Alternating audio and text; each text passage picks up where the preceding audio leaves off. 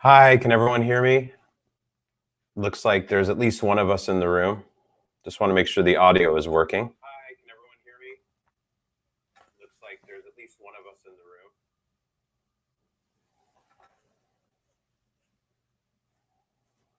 Sounds like audio is good.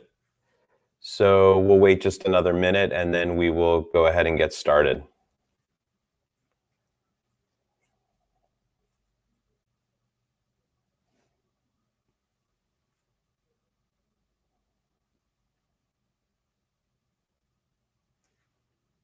Awesome. Thank you.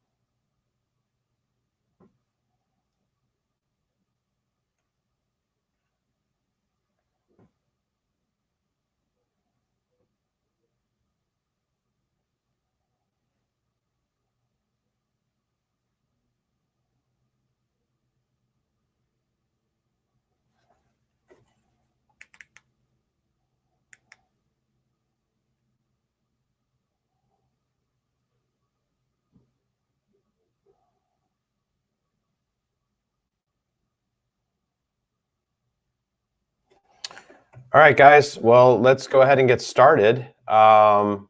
Before I jump into the presentation, I just wanted to take a minute to introduce myself. My name is Scott Weiss.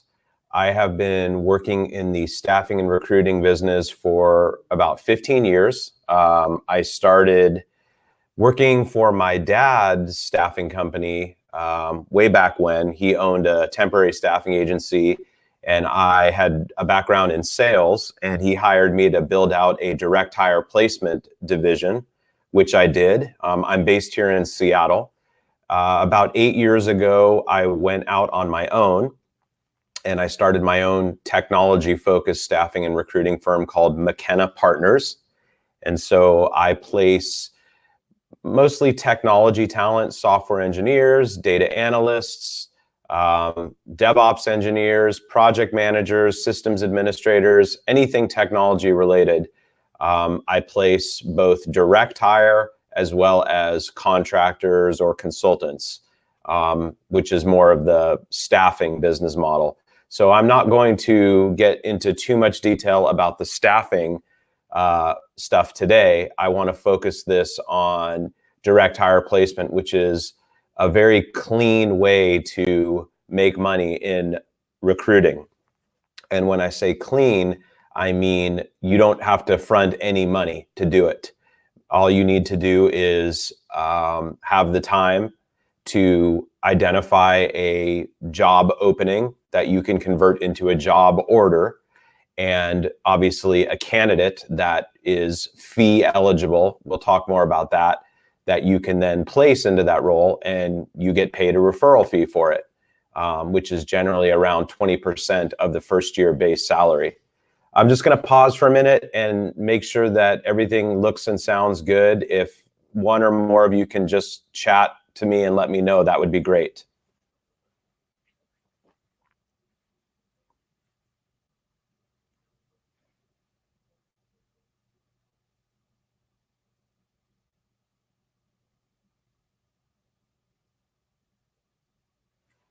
All right, thanks, Chad. So let me jump right into the presentation.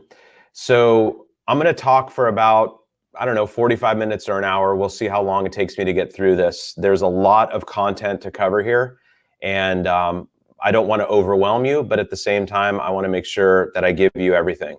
And then what I'd like to do is spend 20 or 30 minutes at the end of the presentation responding to any questions that you guys have. And you can ask those questions just by chatting to me, and then I'll respond to them as I get them.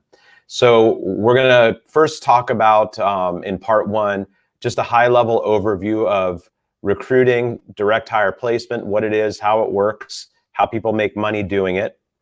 Then in part two, we'll get into the specific content around job orders and candidates, which are the two pieces of the puzzle that you need to bring together to make a placement, which will then lead us into part three, where we'll talk specifically about making the placement, getting paid, and all that good stuff. So let's jump right in with an overview of the industry. So you hear a lot about recruiting. Obviously, if you're watching this, you have some interest in the recruiting field. Maybe you're already working in recruiting. Maybe you know people that do it. Obviously, there's two distinct types of recruiting. There's in-house recruiting, where you work directly for a company and hire talent for that company and are paid a salary to do it, which tends to be a little bit more of an HR type function. And then there's external recruiting, agency recruiting. And that's very much a sales-driven process. And that's what we're going to be talking about today, is external recruiters, headhunters, executive recruiters, direct search placement specialists. There's lots of different names for it. But in terms of where the money is, we're talking about at least $28 billion that's spent globally on direct hire placement. That is a company paying a third party a fee for hiring talent. This is not staffing where you have contractors. This is just straight fee-based revenue. And it's going to continue to grow. So there's a lot of talk about all the different AI and machine learning replacing agency recruiters. And to me, it's all BS. I think that there's some great technology advancements that are being made that are going to ultimately create more tools for people like us to be successful. But ultimately, technology cannot replicate the human interaction element of what we do. The recruiting is, in and of itself, a human function. It's an emotional thing. It's building a relationship, building trust, connecting with other people. And until they figure out how to automate that, which I don't know if they ever will, at least in our lifetime, there's going to continue to be a huge opportunity for us, especially as companies become more dependent on technology and it becomes harder and harder to find specialized talent. And that's not just in a technology realm. You can make direct hire placements for talent in just about any function, whether it's technology, finance and accounting, sales, marketing, human resources, operations, and we'll talk more about all those different areas, but you're in a good spot. If you're doing this or you're thinking about doing this, there is only going to continue to be more and more opportunity to make money. And that data point comes from the Staffing Industry Analysts, which is a research body that aggregates data across the entire industry. Let's talk about the cycle of a direct hire placement deal. So there's really 5 key steps in the process, at least from my perspective. The first step is the job order. So what is a job order? It's a commitment from a client to evaluate your candidates for an open position that they're currently hiring for or maybe hiring for in the near future. So a job posting, a job opening is one thing. This is the rec or the requirement that the employer has that they're trying to fill. That's the job opening. The job order is the commitment that you've got from that hiring manager or that employer to submit talent for that particular job opening. Then there's the recruiting phase. Once you have the job order, now it's time to go find people for it. And that's the recruitment phase, and that's where you're finding candidates that fit that particular job order. As you start recruiting candidates, you move into the submit phase, and that's where you get the permission from a candidate to represent them for that particular job order. As you're submitting candidates, you're soliciting feedback from your client, which leads you into the interview phase, otherwise known as send-outs. And this is where you actually schedule and ensure a interaction between your candidate and your client occurs. That would actually be an interview, and then ultimately we land at a placement, and that's where an offer is accepted, an offer is made and accepted. Offers made by the employer, accepted by the candidate that you're representing. And what's really important about this cycle is that, and I tried to draw it with arrows, but it kind of looked confusing. But the idea of the cycle is that everything constantly moves in and into itself. The end goal of what we're doing here is the placement, obviously. So everything else is a means to that end. But you don't recruit, submit, schedule interviews, and then stop. That process is always going. You're recruiting candidates, you're submitting them, you're scheduling interviews, and you're going back and you're doing all those parts at the same time. The goal is obviously to make it a numbers game, right? This is a statistic that I pulled directly out of my own database, where I track everything. I track every candidate I submit, every interview I schedule, and every placement I make. And you can see that it's always related to the activity in terms of the yellow being my placements. And the numbers look small, but keep in mind, I'm doing this all myself, and that's what I'm going to be teaching you guys how to do. I don't work as part of a big agency where I have lots of other people I'm interacting with. I'm entirely self-employed, and I do this all myself, and you can as well. But you can see that when I make more submittals, I get more interviews, and when I get more interviews, I make more placements. So it's always a numbers game. You'll have some opportunities you'll work on where you'll get lucky. You'll submit one person, and that person will get interviewed and hired. Very rare. Most of the time, it's going to take you multiple submittals or submissions, multiple interviews with multiple different candidates before you make a placement. But there is something funny for any of you that maybe have worked in this business or know people that do. It never fails. Sometimes you'll work for months on a search and you'll submit dozens of candidates and you'll have multiple interviews and you'll never make a placement. And then suddenly some job order will pop up and you'll submit one candidate and within a week they'll get hired and you'll say, God, that sure was easy. And maybe that particular instance was, but it's all the work and the time and the effort that you put in, day out, that allows those opportunities to happen. And there's a lot of frustration that comes along with this too. And that's something that we can talk more about later, is how to deal with that frustration, because 90+% of what you work on probably isn't going to end up putting money in your pocket, but it's the 10% that will allow you to make the kind of money you want to make in this industry. So let's talk about the formula for a placement.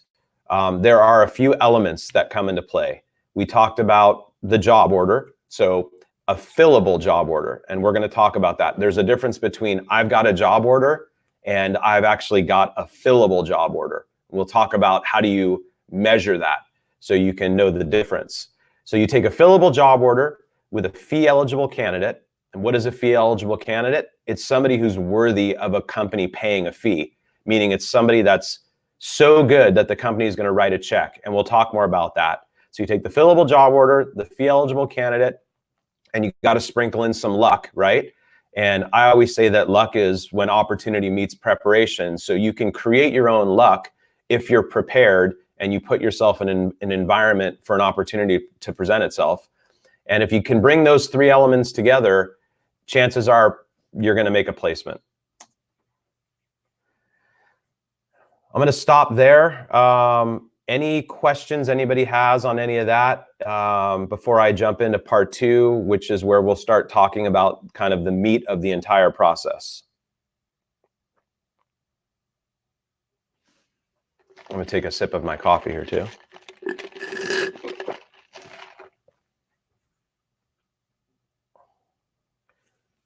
All right, let's move on. Part two, job orders and candidates. So first question is, where do you find job orders? How do you secure a job order? What is a job order? We kind of touched on it briefly.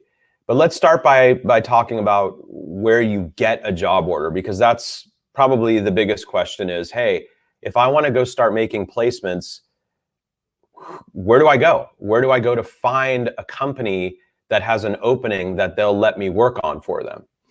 And I think there's really two ways to look at that. Before you can actually start doing the actual investigative work to find the job order, you've got to be able to determine what your focus is going to be. And you can choose your focus around a specific skill. I talked about IT. My focus is quite often on software engineering. It's not all I do, but skill being what is the function that this person is playing for the company that you're going to be placing them in. Are they a salesperson? Are they a software engineer? Are they a human resources manager? Are they a commercial insurance underwriter? It really doesn't matter. You just have to pick something. And there are certain skills that are more in demand than others.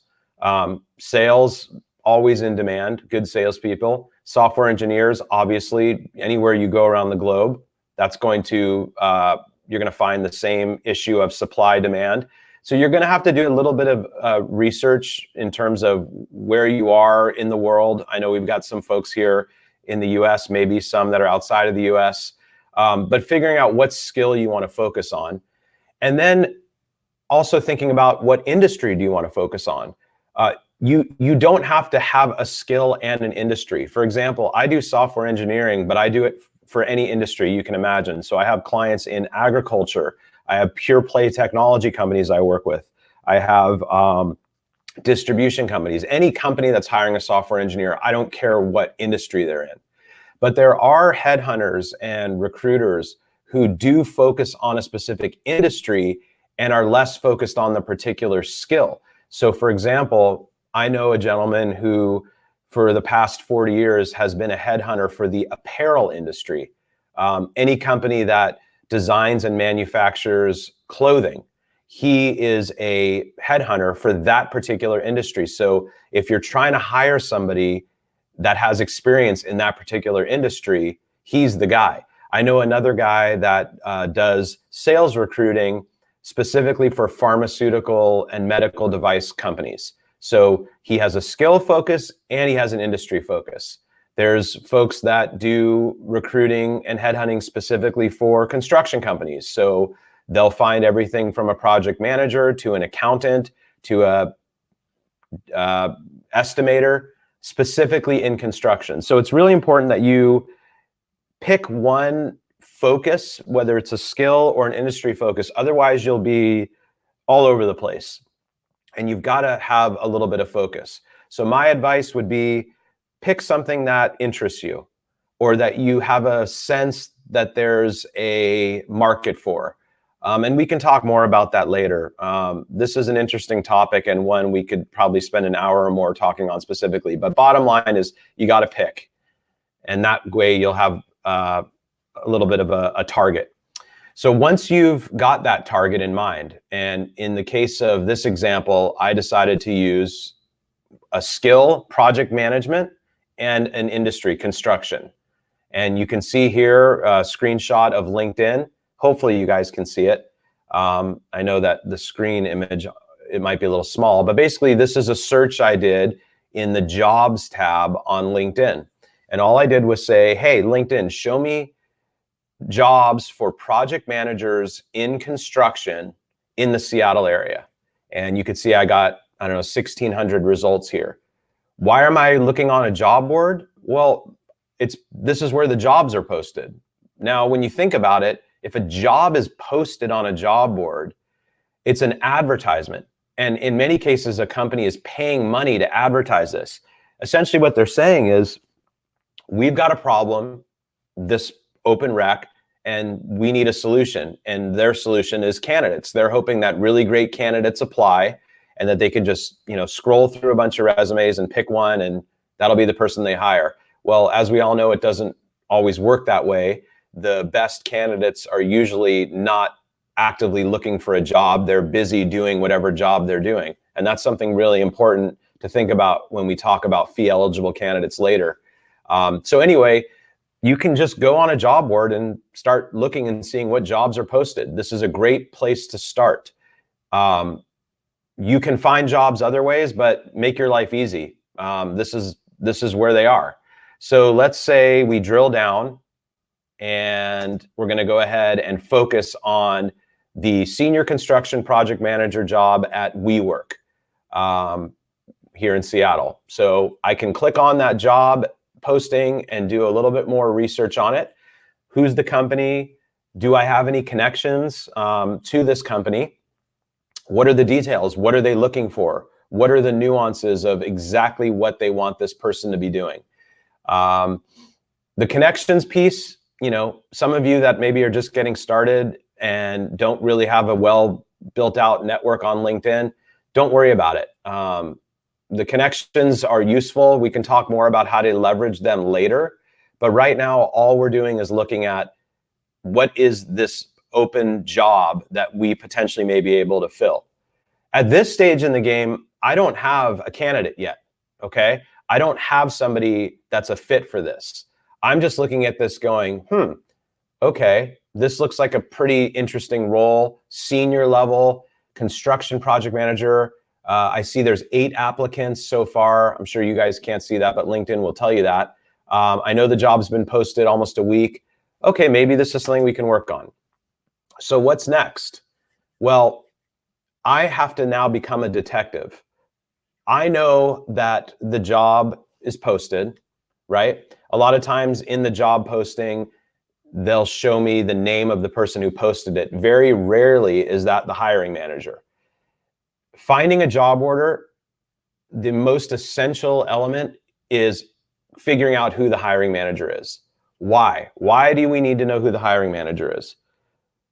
I think it's pretty much common sense, but the hiring manager is the buyer. That's the buyer of your service.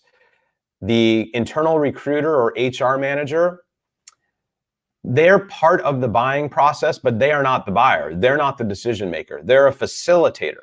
So their pain isn't going to be as great as the pain of the hiring manager. It's super crucial that you figure out who the hiring manager is for that job. And the question is, how do you do that, right? How do you figure that out? Well, that's where you play the role of detective. And fortunately, there's LinkedIn, which makes it really easy to research the company, try to figure out who is the most logical person that may or may not be the hiring manager, but possibly knows who the hiring manager is. Certainly, you can call the company and try to do your research that way. There's a whole bunch of content around how to find the hiring manager that I don't have the time to get into today, but certainly we can have follow-up conversations about that. But the bottom line is you cannot secure a job order, in my opinion, without having a direct relationship with the hiring manager. You might be able to get it through an HR manager or through a recruiter, but very rarely is that going to work out well for you. And we can talk more about why later. But just remember, the hiring manager is your buyer. So it's your job to figure out who that person is. Any questions about finding a job order? Obviously, we talked about picking the industry and the vertical focus, where to look for leads. And then when you see a job posting, the value and importance of identifying who the hiring manager is and using whatever resources are at your disposal to do that.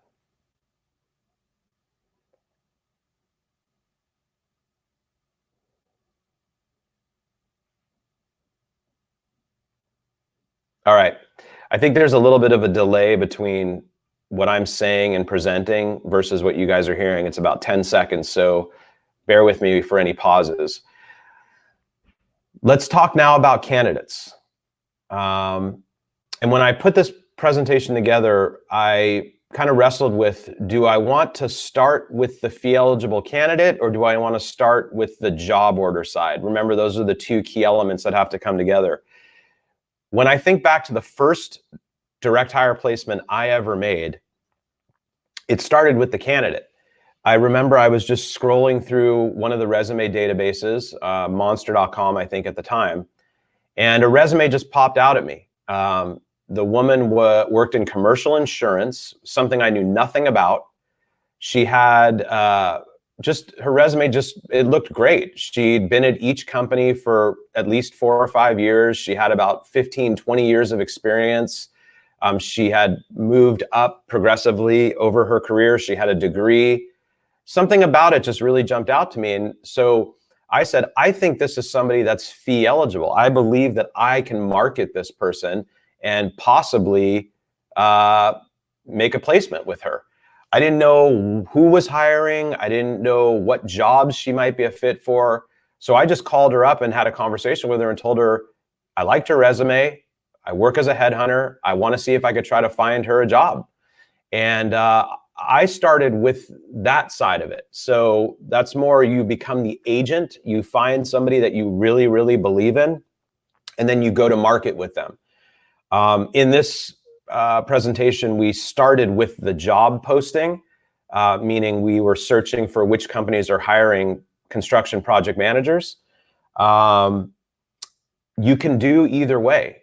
You can start with a candidate and then go to market with that candidate, or you can start by figuring out what companies are looking for and then go find the candidate. It's ultimately up to you. I do both. But you have to make sure the candidate that you're going to represent is fee eligible. And so what does that mean? Like I said about the woman who I placed when I first got started in insurance, she had a track record of success. Speaking with her on the phone, I found that she had very strong communication skills. I could present her well, and she presented well. I hadn't met her, and you don't necessarily have to meet these people face to face, despite what you may have read or heard. When you're getting started, it helps to, because you don't know what you don't know, and the more you spend time with people, the more you're going to learn. And for all intents and purposes, being currently employed is always a benefit, because somebody that's out of work is most likely applying to jobs, which means they're exposed. And when you think about your candidate being marketable, it almost has to be like this little secret that you have that no one else knows about. And when someone's currently employed, oftentimes they're not actively looking for a job. They're too busy working, but they would love to have somebody like you representing them for opportunities in the market. So where can you find fee eligible candidates? Honestly, it's similar to how you're going to find your job openings. You're going to use the internet. You're going to use LinkedIn or resume databases like Indeed to search for candidates that you can market. So let's go back to the example of the construction project manager at WeWork. Here you can see I've done a search on both Indeed's resume product as well as LinkedIn for construction project managers in Seattle. And on Indeed, I see 900 resumes. What's interesting about Indeed is that you can search their database for free, but if you want to get the names and contact the individuals, you are going to have to pay for a subscription. It starts at $100 a month for a set number of contacts. Or you can just search on LinkedIn. And if you have InMails, meaning you've upgraded your account on LinkedIn, which I highly recommend you do, at least get a premium account, if not the Recruiter Lite account. I use LinkedIn Recruiter, which is fairly expensive, but it's super heavy duty and I love it. And we can talk more later about which tools you should be utilizing. But you can see here on LinkedIn and Indeed, I've got many, many profiles that match what I'm looking for. Okay, so it's up to me to kind of pin down which are the specific ones that I want to reach out to. And the way you can do that is through keywords. So if you go back and look at the job posting from WeWork, we know that they're looking for a construction project manager, but what are the specific tools that this person's going to be working with? Like what software do they use? What kind of construction do they do? Is it commercial? Is it residential? What are the day-to-day functions? Look for keywords that you can use in your searches to narrow it down. I mean, I'm looking at 42,000 construction project managers in Seattle. That's a huge pool. The more specific I can be, the easier it'll be for me to narrow that search down to identify folks that are a really strong fit for that particular job posting. So let's say I find Patrick, in this case, Patrick A. I'm not connected to him, but he's a construction project manager. He's working for Sterling Group here in Seattle, where he's been for almost 4 years. How do I connect with him? Well, great news. There are lots of tools out there now that you can just add as a Chrome browser plugin. The one I'm pointing to here is called Rocket Reach. And what they do is for a monthly fee, you get a set number of searches you can do where they will go out and find the contact email of just about anybody who's got a public profile on LinkedIn.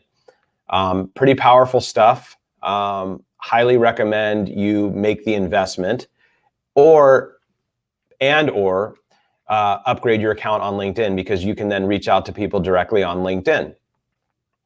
LinkedIn Recruiter gives me, I get a few hundred InMails I can send per month. So it's super powerful, but it's expensive. And you don't need to make the investment in LinkedIn Recruiter to get started, but you will need an upgraded LinkedIn account at a minimum. So plan to spend anywhere between $50 and $100 a month at a minimum for your candidate outreach tools, because you got to be able to find and connect with people. So let's say I want to reach out to Patrick about that position at WeWork. Now, keep in mind, I don't even have the job order from WeWork yet. I know they're looking for somebody, but I don't know who the hiring manager is yet. I don't know whether or not they're willing to work with me, but I'm going to take the time and energy to try to find a candidate that I think is a fit for that role, because I'm going to market that candidate to that company.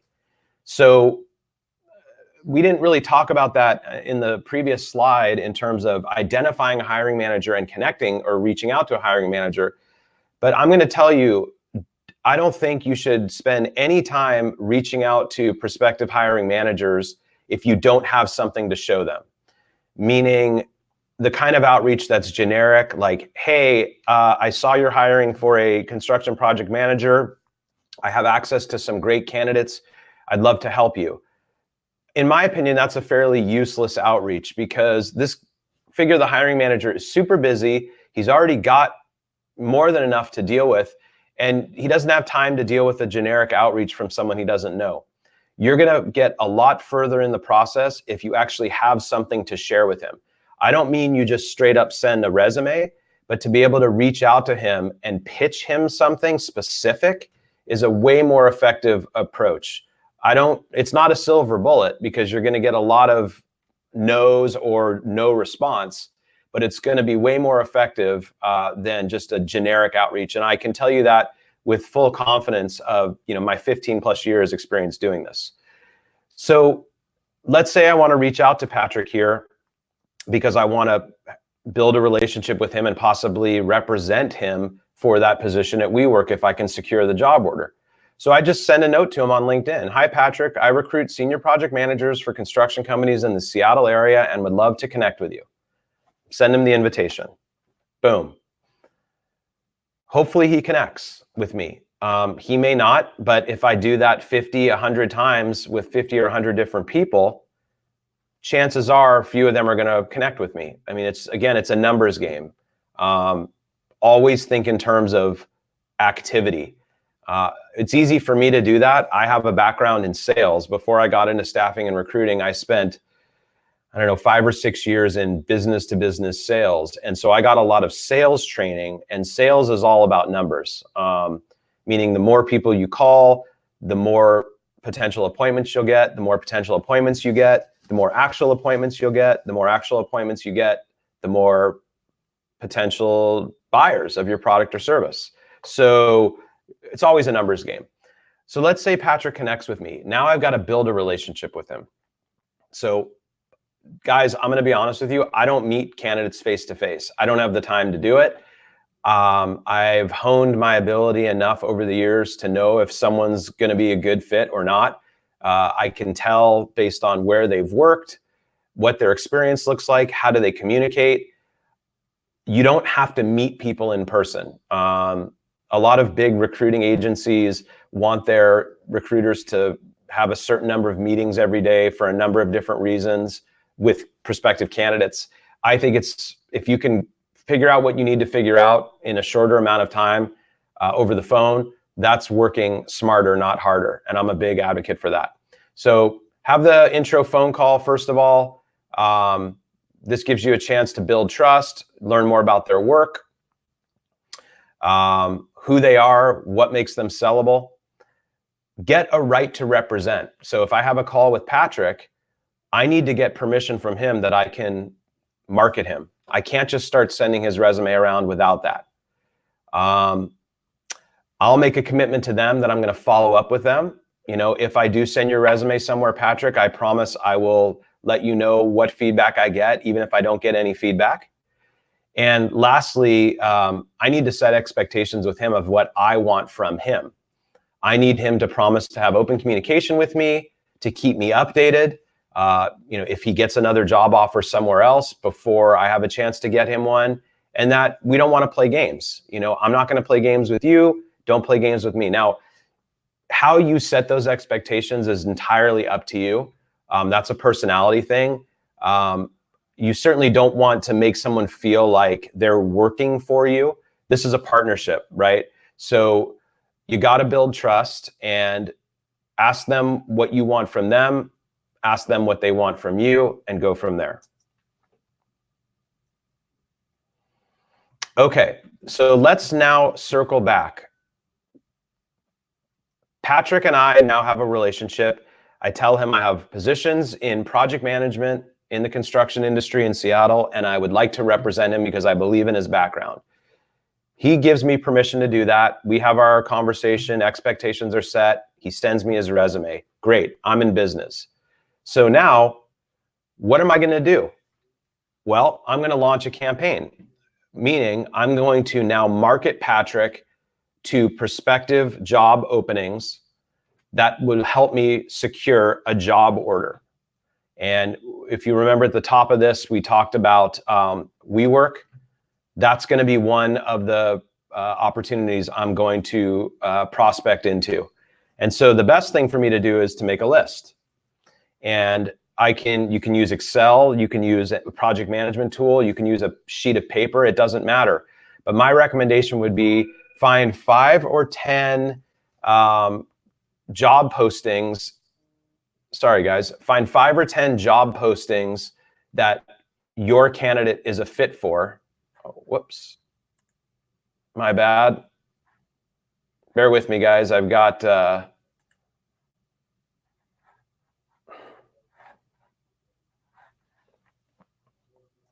my screen froze up. What happened is somebody tried to call me and it jumped me out of my screen. Sorry about that.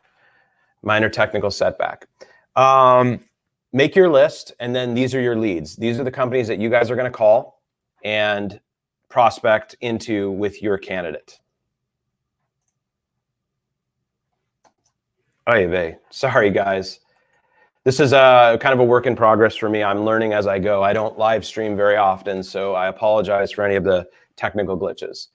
Okay, so you've got your list of who you're going to call and prospect your candidate into. In this case, the project manager, Brian.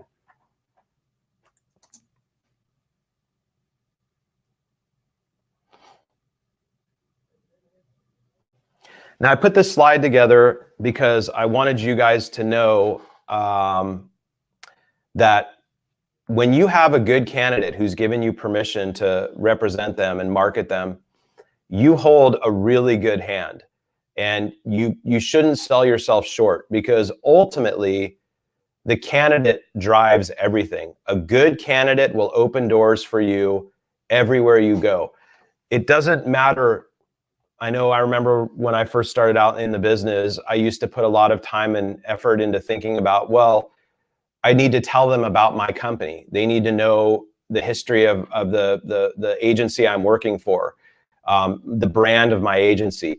Honestly, guys, it doesn't matter. It doesn't matter if you're self-employed, if you work for Robert Half, if you work out of your basement, if you're using a Gmail account. I would recommend you probably don't use a Gmail account, but my point is that if you have a good candidate and you represent that candidate effectively in a targeted way, you hold a very strong hand in this game.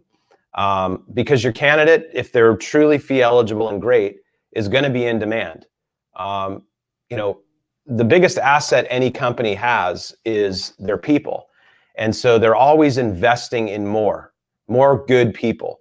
And so if you have a good person, this company is going to want to make the investment if the person is truly great and you know that they have a job opening that's a fit. Don't worry about this being about you. Truth be told, the hiring manager probably doesn't care a whole lot about who you are and your background and what makes you great. They care about solving their problem, which is, I've got this job opening I've got to fill. And this person potentially has a solution to that. Lastly, don't oversell a candidate. What I mean by that is let the objective facts about the candidate speak for themselves. You don't need to talk about how amazing the person is or how wonderful they are or how great they are. Don't use any of that language. Stick to the facts. They have 10 plus years of experience in the industry as a project manager. They most recently helped with a $300 million project in downtown Seattle. They have experience with these particular software tools. Those are the kinds of things that are going to stand out, not your sales language of how great and amazing they are. And definitely don't ever tell a hiring manager that you have a perfect fit for them. There is no perfect fit. And that word tends to really rub hiring managers the wrong way. It's very assumptive on your part. So focus on the possibility that the person that you're representing may be a good fit for their opening. I hope you guys are, I saw a couple of notifications come up about questions that you guys had. I'm hoping that you're jotting down any thoughts or ideas or questions that you have for me that we can jump into at the end of the conversation in case I missed those notifications while I'm talking. All right, so let's talk a little bit about fee agreements. The fee agreement is a contract. It's what the hiring manager or the company gives you to secure the relationship in a business sense.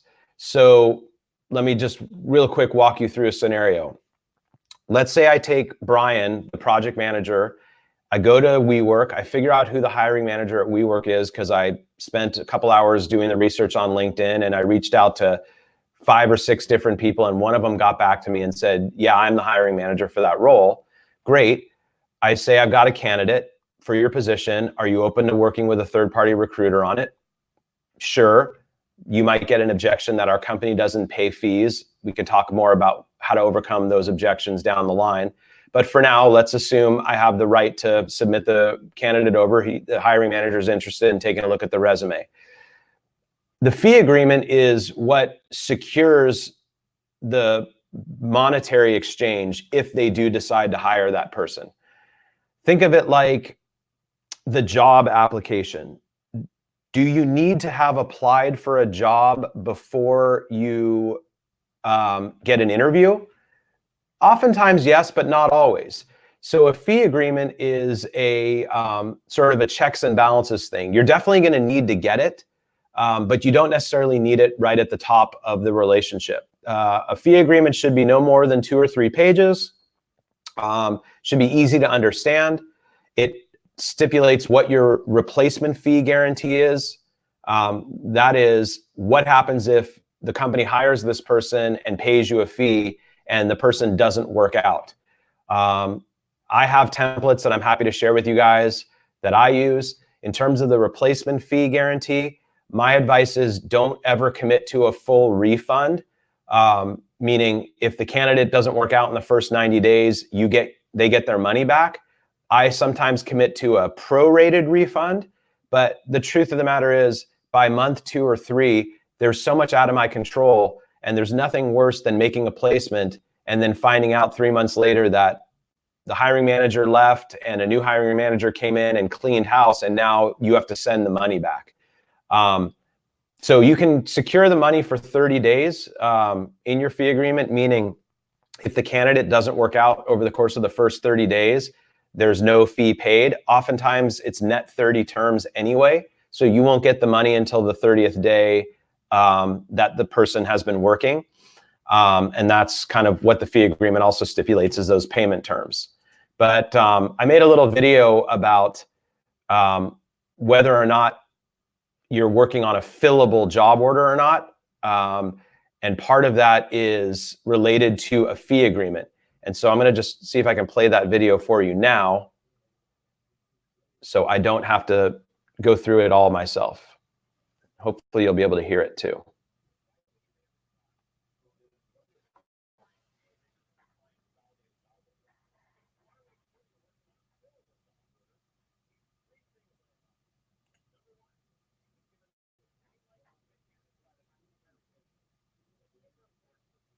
Ultimately be your advocate to make a hire. Number 2, the manager is responding to your submission, giving you feedback one way or the other. And number 3, the manager is talking to some of the candidates you submit. Once the manager has engaged with the candidate that you've submitted, that's a signal that they're committed to hiring someone and paying your fee. It's just up to you to find someone good enough to get the role filled.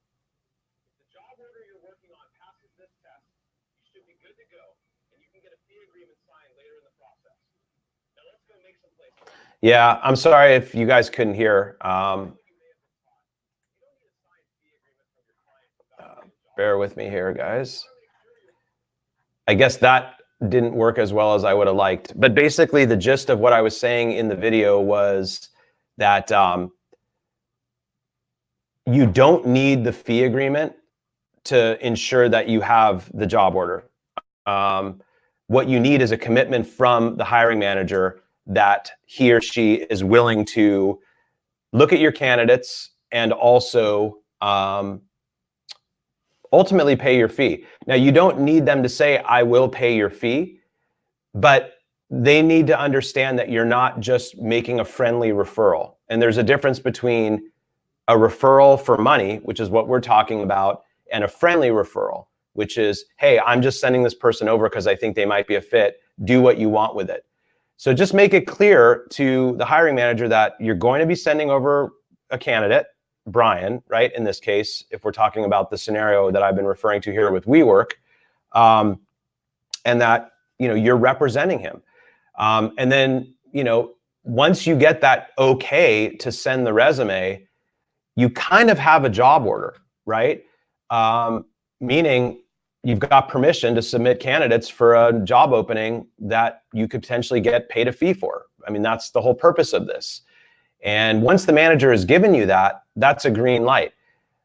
But now you have to figure out, is this a real job order, or is this just a manager who at that moment maybe thought they could potentially work with me, but ultimately can't, or they kind of ghost me, because that will happen a lot. So you're going to need to be very conscious of, is this a real job order or not? And I call it is a fillable job order. Is this something I can actually make a placement on? And there's some criteria there. Number one, are you working directly with the hiring manager? We've talked about the importance of working with the hiring manager because they're the buyer. There are times where you'll secure a job order and you won't have access to the hiring manager. Those aren't my favorite job orders. And oftentimes you'll see that they're not even real. They won't go anywhere. So really focus your efforts on a job order where you're working with a hiring manager. And if you can't have a relationship directly with the hiring manager, you might want to try to find a different company or opportunity to work on. You know that the position is high priority. How do you know? Because you spoke with the hiring manager and they told you it's been open for a month and they are desperate to hire somebody and they just can't find good candidates. Be very weary of job orders where the position has been open for 3, 4, 5, 6 months. That's a huge red flag. The longer a role has been open, oftentimes, surprisingly, the less likely the company is to make a hire. Companies will keep positions open all the time, just because it's like, hey, if something good comes in, maybe we'll make a run for it, but we don't need to hire somebody. And so I always get very concerned about positions that have been open a long time. The sweet spot is the position's been open for 3 weeks, 4 weeks. The hiring manager's starting to get antsy. They don't have enough good candidates in the pipeline and they need help. That's really the sweet spot for you. You'll only know over time whether or not the manager is going to be responsive. Hey guys, I just realized that my screen wasn't being shared with you over the last few minutes. So let me go back and do that. I apologize.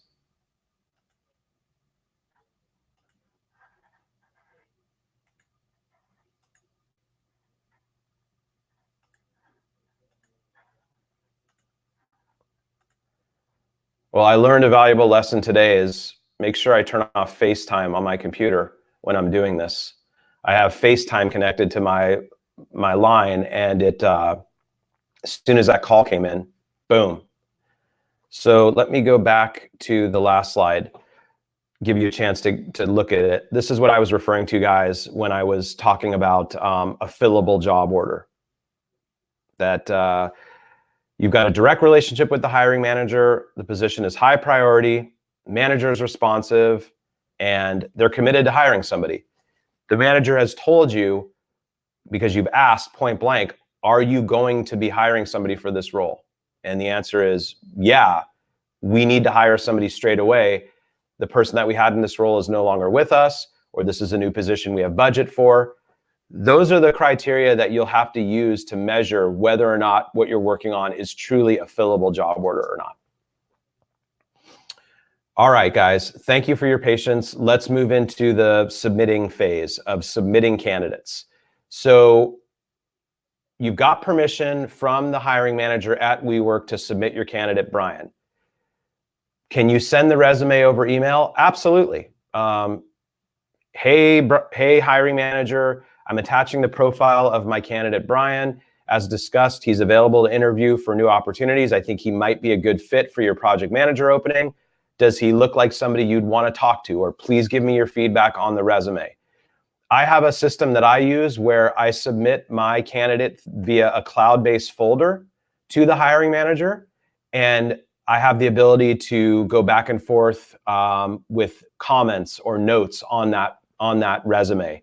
I like the system because it lets me see if the manager actually did review the resume or not, and it also helps keep the manager organized. They're already getting lots of resumes in their inbox. So when you submit it through a shared folder, it gives them something that they can go back to at any given time. For example, you might have 3, 4, 5 candidates that you've sent over and you haven't gotten feedback on any of them yet. Rather than saying, hey, can you go back and review the 4 or 5 disparate emails I sent you over the past 2 weeks? If you can connect with them and ask them to go in and review the profiles in your shared folder, everything is contained there for them. So I submit Brian, my project manager candidate, to the hiring manager at WeWork, and the hiring manager says, "Hey, Brian looks good. I'd like to schedule an interview with him." So guess what? That's my job. Now I have to be the manager's executive assistant or personal assistant to schedule the interview. Why? Because I want that interview to happen. Why do I want that interview to happen? Because the more interviews that happen, the better the chance that one of them is going to lead to an offer, which is going to lead to a hire. Remember, guys, it all goes back to the life cycle of your deal. So I want to schedule my interviews. I don't want managers to schedule the interviews themselves. I want to make sure that the interview gets on the candidate's calendar, that it gets on the hiring manager's calendar, that I remind them about it, and that it happens. So if the interview for some reason doesn't happen, it's going to be my fault, nobody else's. Oftentimes, a hiring manager will share their calendar with you, especially if they're on Google or Office 365, they can just share it with you. Then you can see their availability and compare that with the availability of your candidate. And just know that interviews or sendouts are gold. It's the next most, I guess, how could I put this? The most obvious gold is the money that you make from making a placement, right? That's cash. An interview is the closest thing to currency that you have. If you don't have any interviews going, you sure as heck aren't going to get any offers and certainly aren't going to get any placements. So if you've got interviews, you're in business, because it's a numbers game, guys. Like I said, the more interviews you get, the more potential for offer, the more potential for placement. So you have to control the interview and make sure it happens. When I send a calendar invite, I'm very specific in the event details about who is calling who. I tell the hiring manager that you're going to call the candidate at this number at this time. I make sure to invite both the candidate and the hiring manager, and I monitor to make sure that they confirmed. Similar to how I sent you guys all the invite for this webinar, I want to know who got it, who accepted it. Those of you that didn't accept, that showed up, if any of you did, as far as I was concerned, you weren't coming, right? I'm glad you're here, but if your candidate or your hiring manager hasn't accepted the invite for the call or in-person interview, assume that they're not going. And you need to be very, very aware of this. And it's easy to let this slip, because as you start doing more and more of this, you assume that once the calendar invite is sent out and the hiring manager accepts it, that it's a done deal. No way. I'm telling you guys that if the candidate hasn't accepted the invite, the odds are they're not going to show up for the call or the interview, and you're going to look really bad. So you've got to stay on top of this. Pipeline. Here's an example of one of my job orders. This is actually one I'm working right now, believe it or not. Senior software engineer. And you can see I've got a number of candidates in different stages of the hiring process. If we're talking about Brian, the construction project manager, great. I've submitted him and I've moved him into interview status, because now the hiring manager has agreed to interview. That's only one. I've only got one candidate in the mix. Now I need to circle back to the recruit phase of the deal cycle and find more Brians. The more Brians I find, the more submissions I'm going to make, which is going to lead to more interviews, which is going to lead to more offers, which is going to lead to a placement. You cannot stake everything on one really good candidate. You need 3, 4, 5, 6, 7, 8. You can never have enough good candidates you're submitting to a job opening.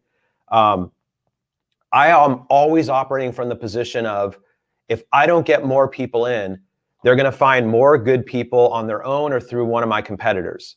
So as soon as I have a job order for a particular job and I have a candidate that I can submit, I need to get back into the recruiting cycle. And guys, that's the challenge here with direct hire placement.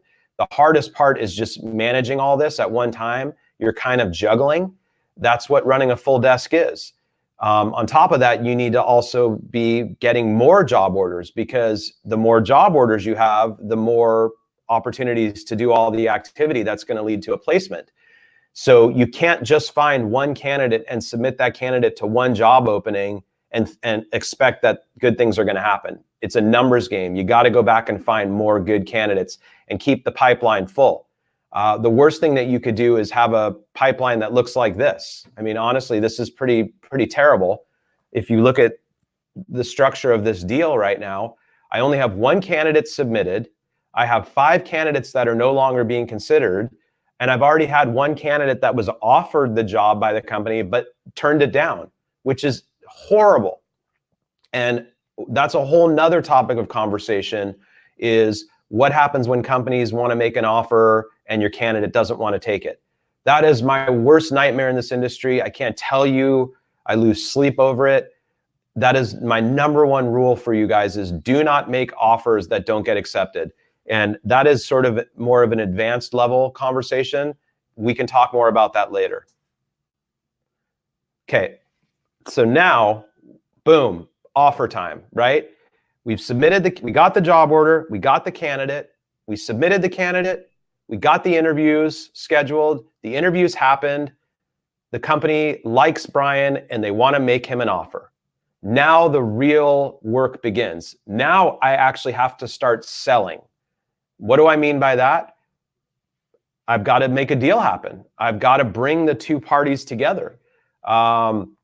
This is where you get to flex your muscle as a salesperson, business person, negotiator, broker, agent, whatever you want it to be.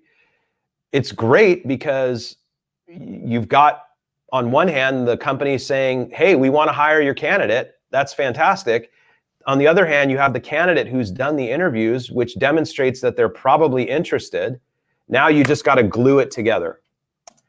And that's where the work comes in. So that takes me into the final phase of our conversation here, which is making placements. And I promise you guys this will be very brief because it's pretty straightforward.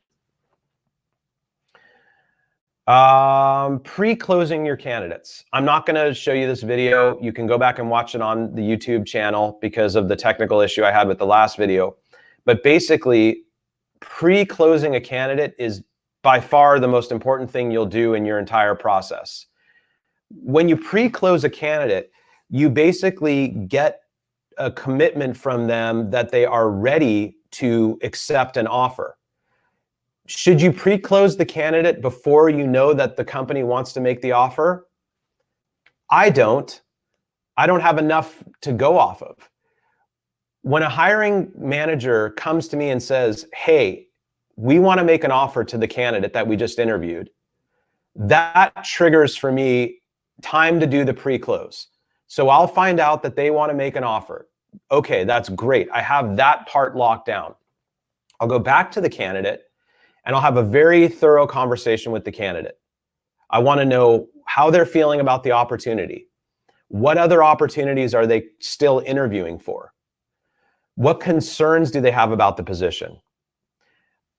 I have to walk them through the counteroffer scenario. If they're telling me that they want to take the job, if it was offered to them, I have to walk them through a counteroffer scenario. Counteroffer is they go back to give notice at the company that they're currently working at. They're 2 weeks notice because they're going to take the job that you just lined up for them. There's a really strong chance that their current employer is going to try to keep them. And that's called a counteroffer. And I need to make sure that they're aware of that and they thought through what that looks like and that they're well armed to just say no. And we always encourage candidates to say no to the counteroffer because there's a whole philosophy behind it. And that's another conversation for another time. Have they gone and talked to their spouse? You know, have you talked to your husband or your wife or your partner about making this change, about switching jobs? Have you had a chance to review the benefits information? That's a huge piece for a lot of people, is they want to know what their medical and dental benefits look like. What's the PTO policy? So you've got to get all that information from the company. In this case, I guess WeWork, in this example that we've been kind of going through here, so that I can send that information over to them. And are they committed to doing it? That's pre-closing a candidate. And keep in mind, I haven't given them an offer yet. They don't even know that the company wants to hire them yet. They might have a sense that it's looking very good. They have a good, warm, fuzzy feeling about it, but I haven't made the offer yet. I'm simply lining everything up because I want to make sure that if I'm going to make the offer on behalf of the hiring company, the candidate's going to accept it. So I have to take the time to pre-close the candidate. And my video on YouTube kind of encapsulates that. You can go back and watch it on the page after this. If I've got the verbal acceptance from the candidate that they are going to take an offer, and I know that they're willing to accept an offer at X dollars, that's another important part of the pre-close process, is getting them to commit to a number. Hey, if WeWork makes you the offer, are you prepared to accept it if it's $140,000 a year? What if it's $130,000 a year? Would you accept that? I need to know exactly where the candidate is at, because I have to negotiate back with the hiring manager to be able to say to him, hey, look, hiring manager or her, your candidate is not going to take the job unless the offer is at least $140,000 base salary with 2 weeks PTO and 15% bonus or whatever it is.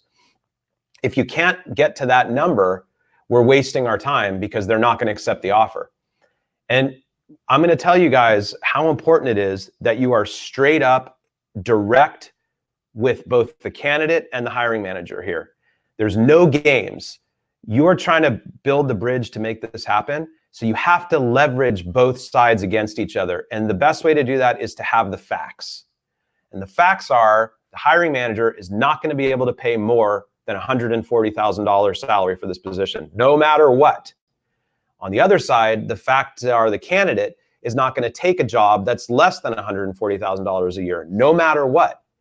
And so I have to have a very frank conversation with the candidate and the hiring manager that we're really close here, guys, and we got to figure out a way to make this work. It's a negotiation.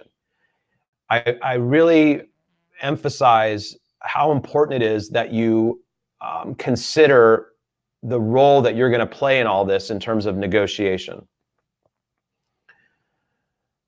When I have a verbal acceptance and the candidate has said, I am ready to accept the $140,000 a year salary today and give my 2 weeks notice and tell my current boss that I'm not interested in staying at the company when he tries to offer me a 10% raise if I stay.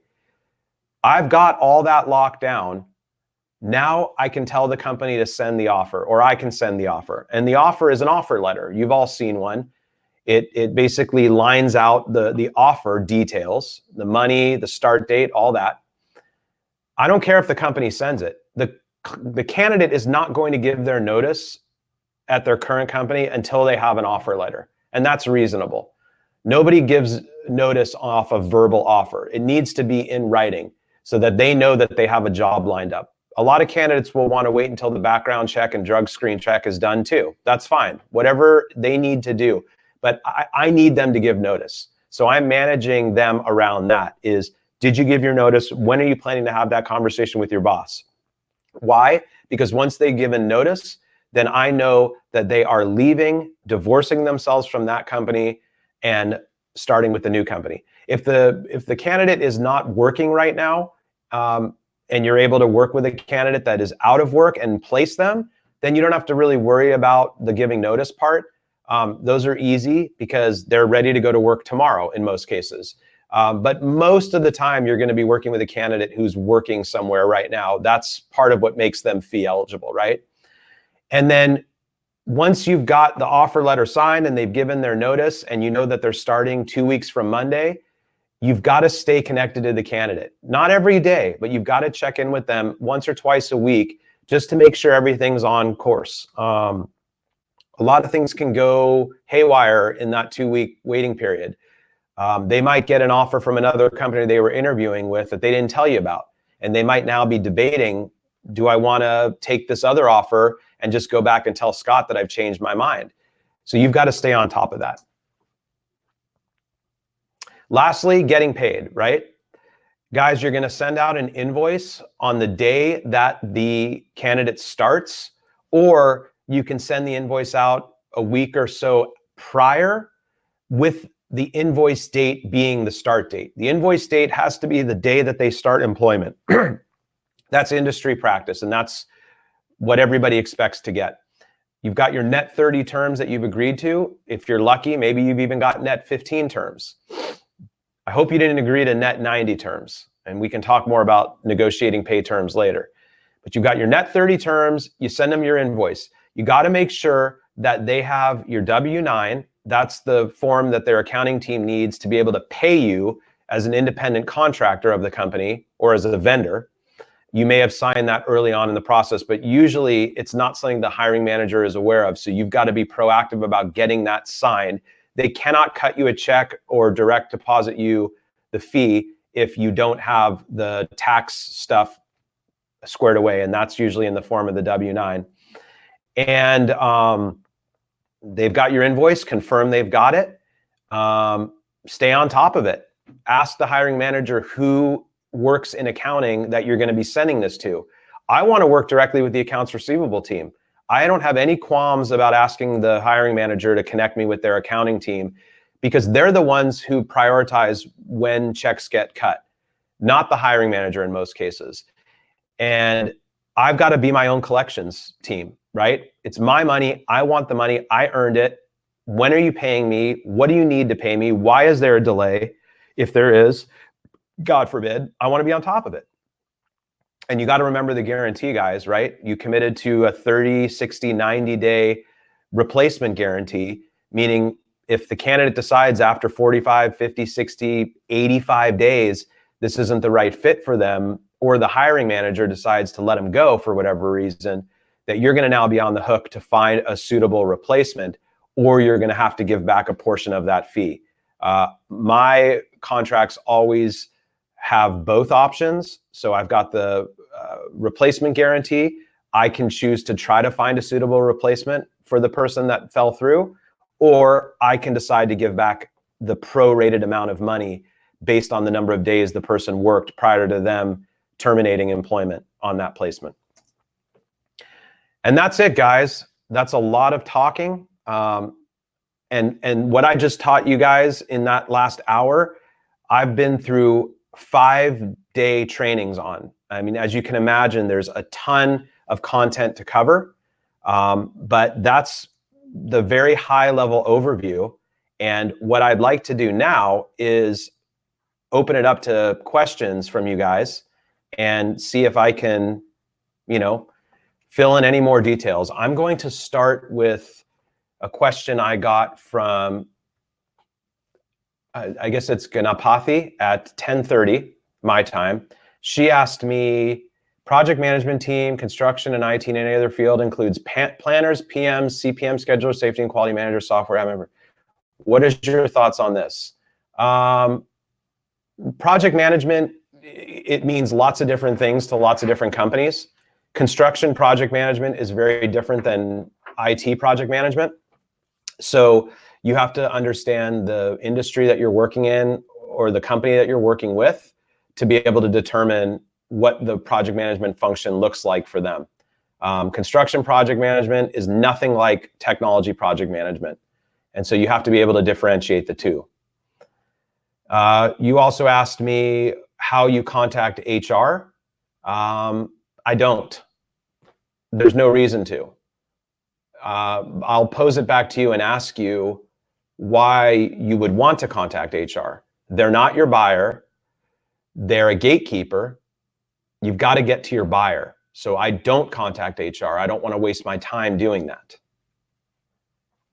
Does that make sense? Any other questions that you guys have about anything I covered? I'm all yours for the next 15 minutes, so ask away.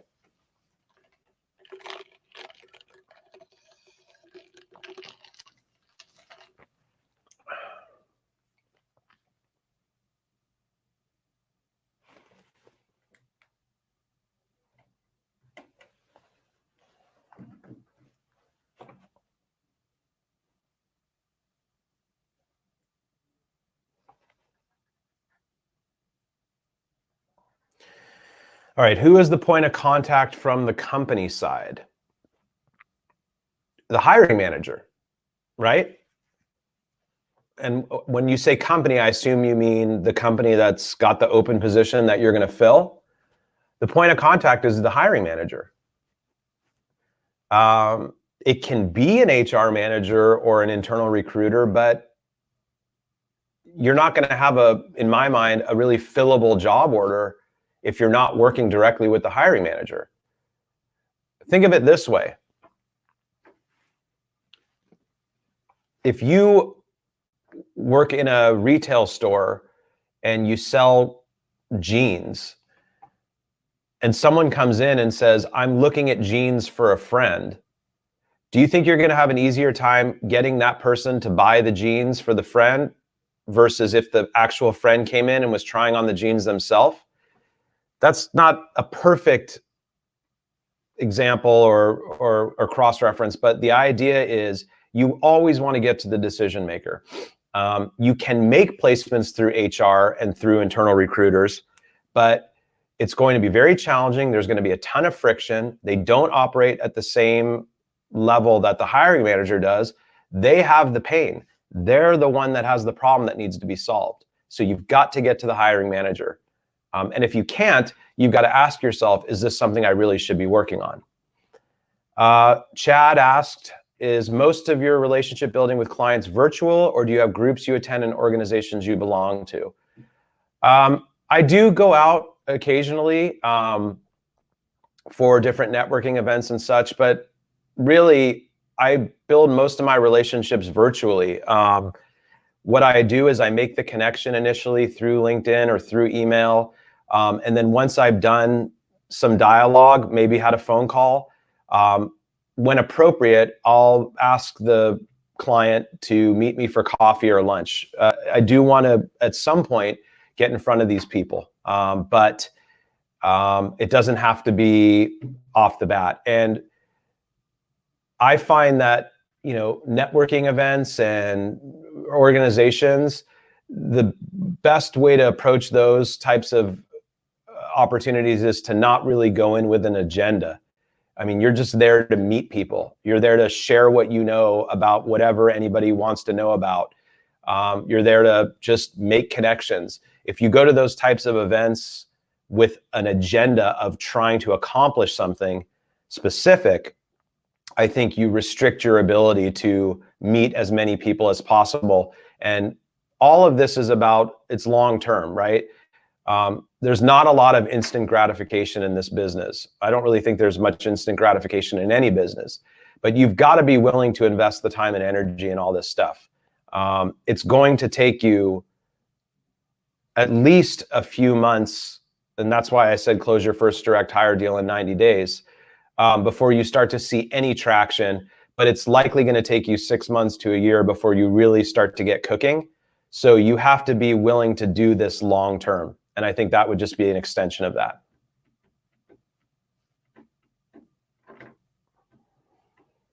Thanks for the question. Can I answer anything else for you guys about fee agreements, about prospecting, about using LinkedIn, about pitching candidates, about finding a hiring manager? I mean, anything you guys want to know, I'm happy to answer.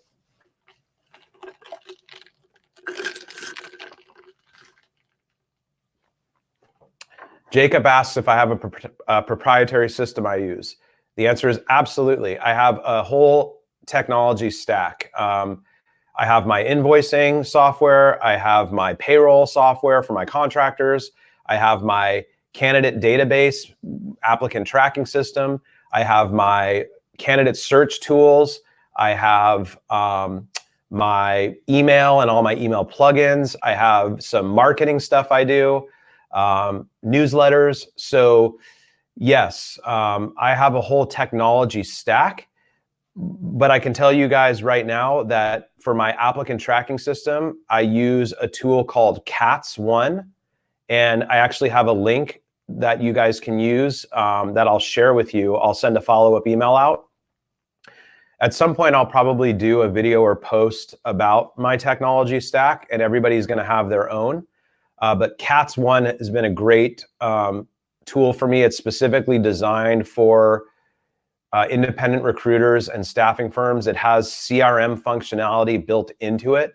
So I can have all my clients, and then I can create a job order for a client. I can have all my client contacts, but I've also got all my candidates and all my candidate search functions and my pipeline and everything.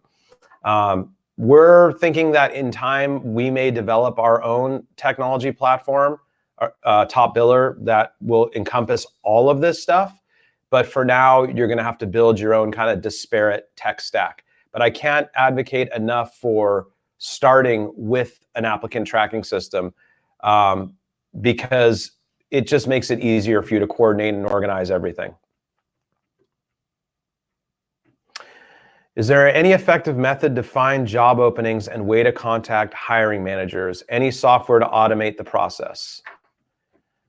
Well, I'm sure there are some tools out there that will scan LinkedIn for list building. I've tried a few of them, but honestly, at this stage of the game for you guys, especially the ones that are just getting started, you're going to want to do this stuff manually. You're going to want to take the time to search through LinkedIn, to search through Indeed for job postings, to figure out who's hiring. You've got to get familiar with it. You've got to get comfortable with what's out there. Who are the companies that keep popping up? Who are the hiring managers that you may already have a connection to or be connected to? And anything that involves automation is going to look like spam. Want to know what I automate? I automate newsletters because I'll send out a email blast to a large percentage of people or a large population of people. I automate my candidate prospecting. So using LinkedIn Recruiter, I can find 50, 100 people that might be a fit for a job posting, and using a template, I can mass email them all at one time to see who's interested. But in terms of the prospecting for hiring managers and job openings, I've never seen a useful or effective way to automate the prospecting process without looking like spam. I get a lot of spam myself, and it's very obvious when it's spam, and I almost never respond to it. You have to be able to build a personal relationship with the hiring manager and with a candidate, and that means you're going to have to put in a little bit of time up front to figuring out who are the best people to talk to. You could probably automate building out a list of prospective leads. That is, show me all the construction project management jobs in Seattle. And you can maybe have that downloaded into some kind of an Excel spreadsheet or something like that. And then if you wanted to, from there, go and start researching all the hiring managers and plugging their names into the spreadsheet, and then using a tool like Rocket Reach, which is the email address finder tool I showed you guys, to find the email addresses, and then kind of set it all up in a nice spreadsheet, bring it into your email and do an email blast as like a campaign. You could do it that way. I'm sure there's lots of people that do.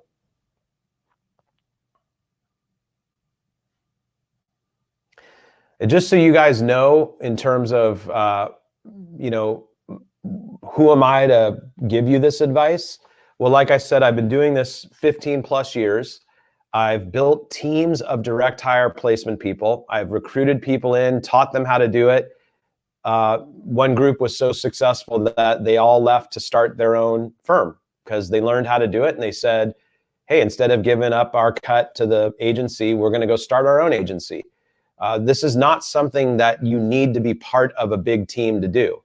You just have to have a system and a methodology in place.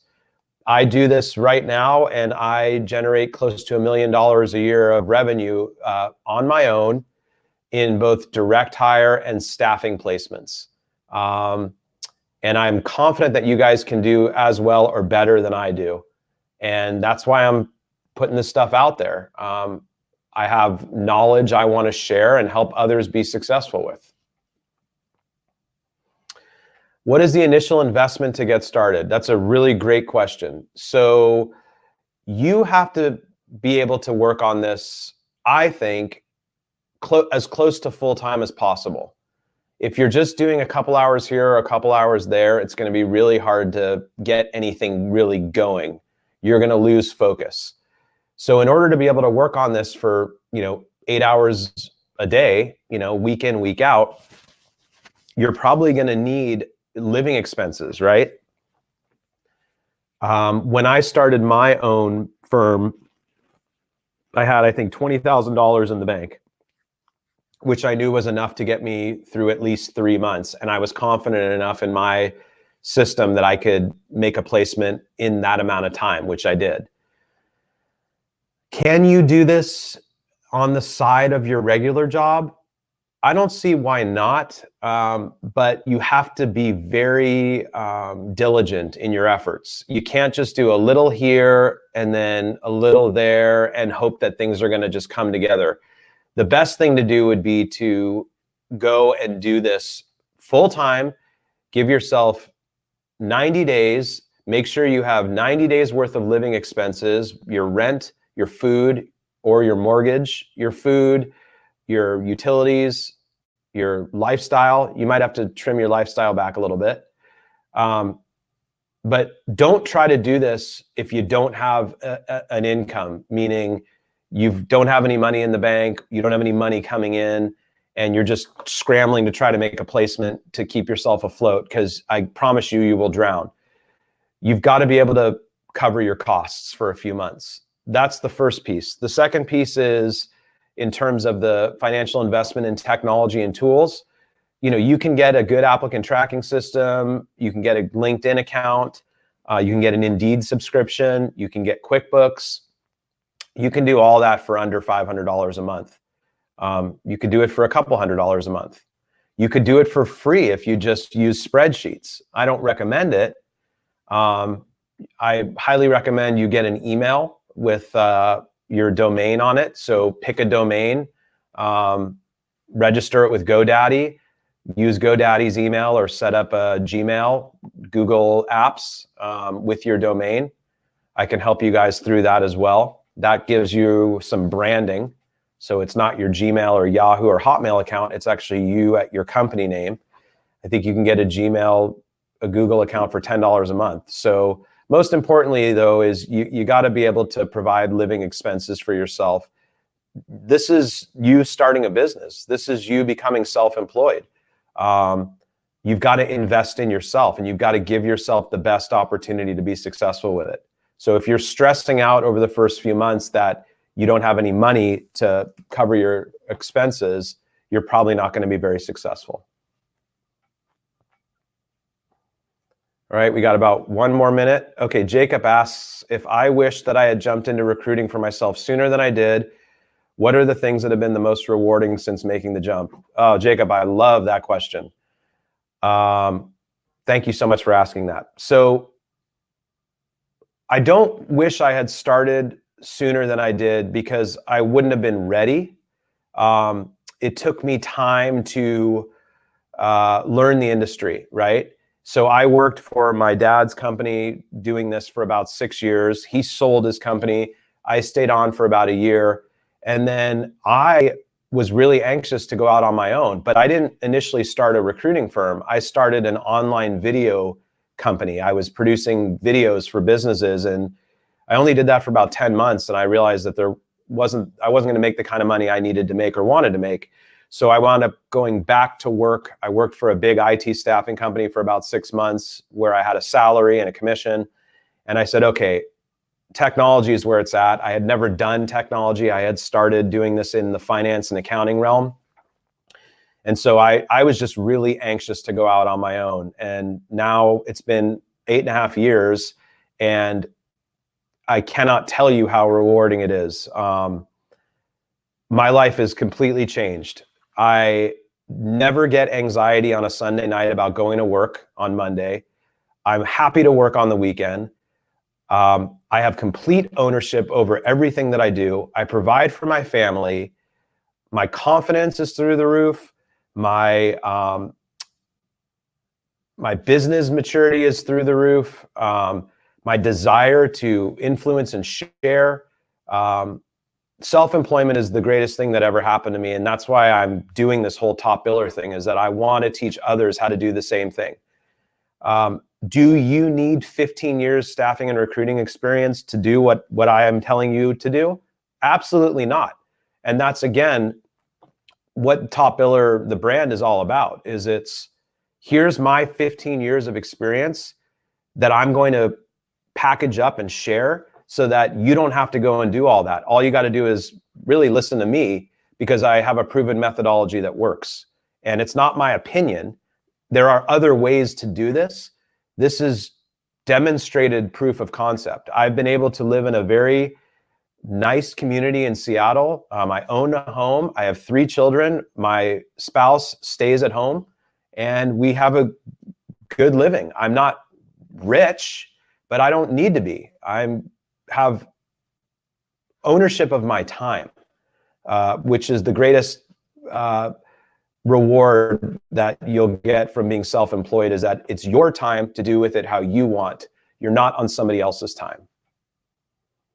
So hopefully that answers your question. And then lastly, thought on competition. Oh, it's brutal, brutally competitive. That's the bad news. The good news is, why is it so competitive? There's billions of dollars out there. So the other good news is that 90% of the competition is not effective. They're not good. They're not responsible. They're not ethical. They don't really know what they're doing. They're spamming the market. They're not connecting the right types of candidates with the right jobs. That's why recruiting agencies and headhunters have such a bad rap, is because on one hand, there's no barrier to entry. Anybody can get in and do it. Like I said at the top of this, you don't have to have a license or certification. Anybody can do this, and anybody does. You have people that failed as car salespeople, so then they go work for a recruiting agency. I'm not saying that someone can't go from a car dealership into recruiting and be successful, but you've got people coming into this from all over the place. But on the other side, you have tremendous opportunity, because there's billions and billions and billions and billions of dollars being spent on this, and anybody can do it. So you're going to have a tremendous amount of competition in terms of other people trying to do what you're doing, but you are you, right? And you are going to do this with ethics, with integrity. You're in it for the long term. You're going to play the long game. You're going to build relationships, and you're going to look at this as a long-term investment, and you'll leave all those other people in the dust. So you're really only competing with yourself. You can't spend time worrying about all the other people that are doing what you're doing, because no one's going to do it as well as you. One other minor detail I want to point out is that in our industry, sometimes you can get a exclusive, meaning the hiring manager is only going to work with you for a set period of time to get the role filled. I don't ask for exclusives because I don't really care about my competition. In almost every case, I know that my hiring manager has 2 or 3 other recruiters that they're working with, and that just motivates me to work harder. Candidate exclusives don't exist. You can't get a candidate to commit to only working with you on any search that they want to go pursue, because you'll only have access to the searches that you have. But you will have candidates that say, hey, I'll pass everything through you. I like working with you. I have other recruiters reaching out to me. I don't want to deal with them, so I'm only going to work with you. And if I see something that I'm interested in, I'll come to you and ask you about it. That's a great source of leads. I have candidates coming to me saying, hey, Scott, have you ever worked with so-and-so company? I saw they're hiring for X position that I think I'm a fit for. And I say, great, I'll go reach out to them on your behalf. So thank you guys for your time. I know this was a lot of information. It's going to be posted so you can go back to it anytime you want. Please subscribe to my channel, follow Top Biller on Instagram. There's going to be more great content, great tips, great insights. Join me on the journey, and I'm glad that you guys are considering doing this, and I hope that you find it to be as rewarding for yourself as it has been for me. Have a great rest of your week, guys. Let's go make some placements. Bye.